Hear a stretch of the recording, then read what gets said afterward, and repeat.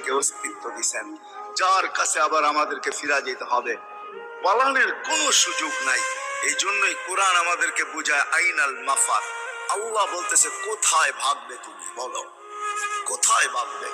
কবির কথাই সত্য, যদিও নাকি পালাও তুমি আকাশেতে লাগিয়ে সিঁড়ি লাগাও যদি আকাশে চলে যাও, তো আল্লাহ বলে তোমার পাগার কোনো সুযোগ নাই। কেননা ইল্লা বিসুলতান, ওইখানেও আমার রাজত্ব, এইখানেও আমার রাজত্ব,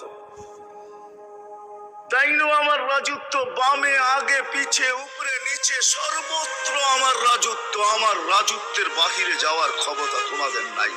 দ্বিতীয় কথা এটো, আইনা আনা মাআকুম আইনা মা কুনতুম, যেখানে যাবে ওইখানে আমি সঙ্গে থাকব, আমাকে দূর করতে পারবে না। যদি করো তাহলে তুমি থাকবে না, তোমার অস্তিত্বই থাকবে না।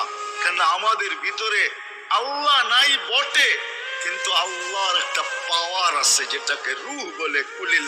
কুলির রূহ মিন আমরি রব্বি, আল্লাহর একটা পাওয়ার, একটা সিফত, সবচেয়ে শক্তিশালী পাওয়ার যেটা, ওইটা আমাদের ভিতরে আল্লাহ ঢুকায় রাখছেন, যেটাকে আমরা রূহ বলি। কোরআনের ভাষায় রূহ বলে, বাংলা ভাষায় আত্মা বলে। যেটাকে আমরা আত্মা বলি ওটা আল্লাহর হুকুম ছাড়া কিছু না। আল্লাহ বলে ওটা মনে করে নাও আমি তোমার ভিতরে আছি, কেন এটা আমারই জিনিস। কুলির রূহ মিন আমরি রব্বি, আমাকে পৃথক করলে আর তুমি থাকবে না।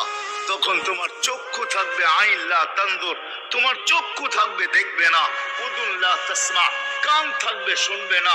লিসান লা তানতিক, জবান থাকবে কিন্তু জিহ্বা থাকবে কিন্তু বলবে না।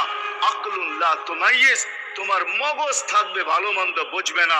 কলব লা তাতাফাক্কার, দিল থাকবে কিন্তু চিন্তা করার ক্ষমতা তোমার থাকবে না। ইয়াদ লা তাফতিশ, হাত থাকবে ধরবে না। রিজল লা তামশি, পাও থাকবে চলবে না। তুমি হবে লাশ। আল্লাহ পর্যন্ত যদি গ্রহণযোগ্যতায় পৌঁছাইতে হয়, ওইখান থেকে বাহির হয়ে গেছি। ভালো তো বাসি, কিন্তু আগেরটুকু জানি না।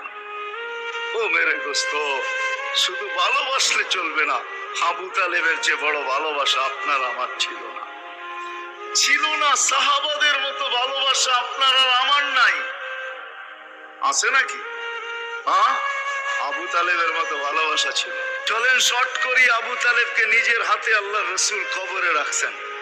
যখন রাখতেছিলেন তখন চিৎকার দিতেছিলেন, আম্মি মা তারাক্তালি সাবিলা, চাচা কোন রাস্তা রাখলেন না আমার জন্য। বলছিলাম কলেমা পড়েন, পড়লেন না। বলছিলাম ঠোঁটটা হেলাইলেন